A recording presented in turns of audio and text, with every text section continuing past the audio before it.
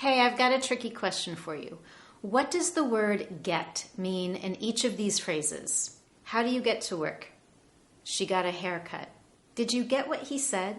They're getting married next month. In each of those phrases, the verb get has a different meaning. Recently, one of my students noticed that English speakers love to use the word get in a variety of ways. In fact, she shared with me that she was a little bit surprised or shocked when someone asked her, "How do you get to work?" If you don't already know, I'm Anne-Marie with Speak Confident English. Everything I do is designed to help you get the confidence you want for your life and work in English. And every Wednesday, I share a new lesson to help you do just that. Now, let's get back to this word get. If you look it up in the dictionary, you might be surprised to find that there are over a dozen different meanings of this word. In this Confident English lesson today, you'll discover why English speakers use this word so much in conversation, and you'll discover 9 different ways that you can use it in your English conversations as well.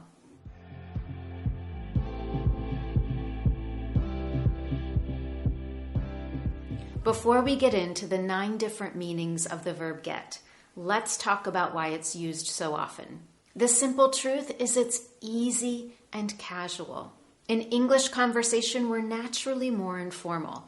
So if we can replace a word with something more relaxed, we will. And by replacing some verbs with the verb get, we naturally relax our speech. We simplify it. Let me give you an example.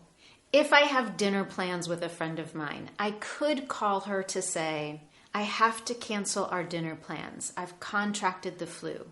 That makes sense, and it is correct, but it sounds really formal. It almost sounds like I'm at a business meeting. To make my speech more casual with a friend, I'm more likely to say, "I can't go to dinner tonight. I've got the flu." Similarly, if I want to tell someone how wonderful it was to sleep in over the weekend, I could say, "Yesterday I had the opportunity to sleep in and it felt fantastic," or "I got to sleep in yesterday." Both are correct, but the second is far more casual and more likely in conversation. As we go forward with this lesson today, it's really important to remember that there's no right or wrong. Using get to replace another verb is simply an option or an alternative that you have. In fact, what you're doing is learning how to add variety to how you speak. The more you know about how to use English, the more you can adapt and change to a variety of situations. And you're learning to better understand native speakers who use the verb get often as well. And now let's get started with 9 different ways to use the verb get in casual conversations. Number 1, the verb get can be used to replace the verbs obtain, buy, or receive. For example, they got a new car. Did you get a haircut? I got the job. She got an A on the exam. We're getting some new office furniture next week. You might not be able to see it, but recently I got a beautiful book about Melbourne, Australia in the mail. Have you become a member of my Confident English community yet? If you haven't, be sure to sign up because you will get an email from me every week with my newest lesson. Let's pause here for a moment and look at the structure of those sentences and how we're using the verb get. Get a new car, get a haircut, get an email, get the job, get office furniture. What do you notice? In each example, I'm using the verb get followed by a noun, or if we want to get really technical, a direct object. So let's take a moment to practice. Have you received, bought, or obtained anything recently? What did you get? Take a moment to write a sentence about it, and if you want, you can share it with me in the comments below. And now let's go on to the second way that we use get. It's often used to talk about reaching or arriving at a destination or a place. For example, that question that someone asked my student, "How do you get to work? What time do you get home every day? How are you getting home after the party? Are you walking or taking the metro? I apologize for getting to work late today. She'll get here tomorrow afternoon." Number 3, get is often used to mean become. For example, I'm getting hungry. She's getting married in August. It's getting cold outside. Don't forget to take a sweater. I'm getting tired of all his complaining. They're getting excited about going back to school. Number 4, get can be used to mean to understand. For example, if you just listened to a long presentation, afterwards someone might ask you, "Did you get all that?" In other words, did you understand all of it? Recently, in another lesson of mine, I shared that if you want to tell someone that you understand how they feel or what they're thinking, you can say, "I got you." One thing I love most about my best friend is she really gets me. In other words, she really understands me. And a question that is often used in business meetings is, "Do you get what I'm trying to say?" Or, "Do you get what I mean?" That's a great question to ask when you want to confirm if someone understands what you've said.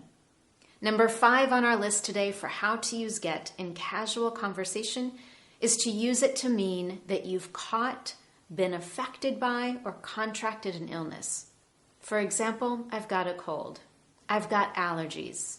She's got a fever. She's staying home because she's got the flu. Number 6 is we can use get to talk about having an opportunity. And after I share the examples, again, I want to pause and look at the structure of the sentence.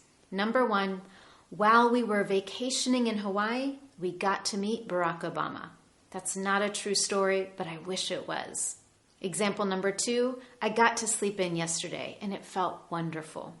Number 3, if I get all my work done on time today, I'll get to paint.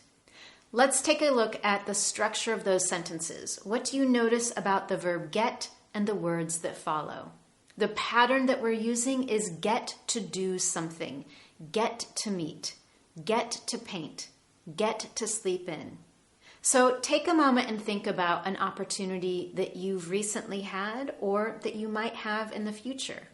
How could you use the verb get to talk about it? Take a moment to write down your example, and then let's move on to number 7. Get can be used to mean bring or grab something. For example, could you get the wine? I left it in the kitchen.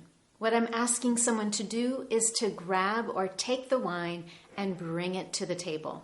Another example, if you ask me to go on a walk, I might say, "I would love to.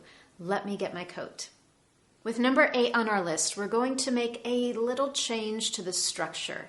Instead of using get as a traditional verb that might be in the future, present, or past tense, we're going to stick to the past tense form got to do something.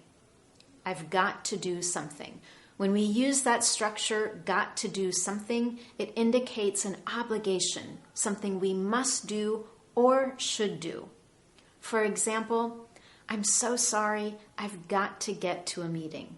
That's a polite way for me to end a conversation and indicate that I'm obligated or I must go to a meeting. Another example, I've got to stay late at work today if I want to finish this project on time. If you're at a restaurant and you've just ordered something wonderful, you might tell someone, "You've got to try this. It's delicious." Let's stop here for a moment because in each of these examples, I want you to pay attention to how I'm saying got to. I've got to go to a meeting. I've got to stay late at work today. You've got to try this. What do you notice about the pronunciation? I'm not saying got to. I'm saying gotta. I'm using a form of connected speech, which is when we blend the sounds between words. If you want to learn more about connected speech, I've got a lesson for you, and I'll leave a link to that lesson in the notes below the video. But for now, let's move on to our last example on the list of how to use get in casual conversation.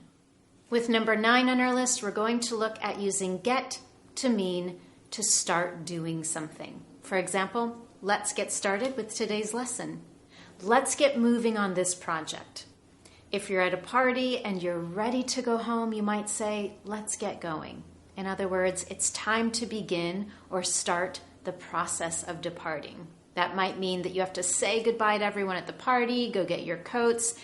It takes a little bit of time to go through that process, but you're ready to get started.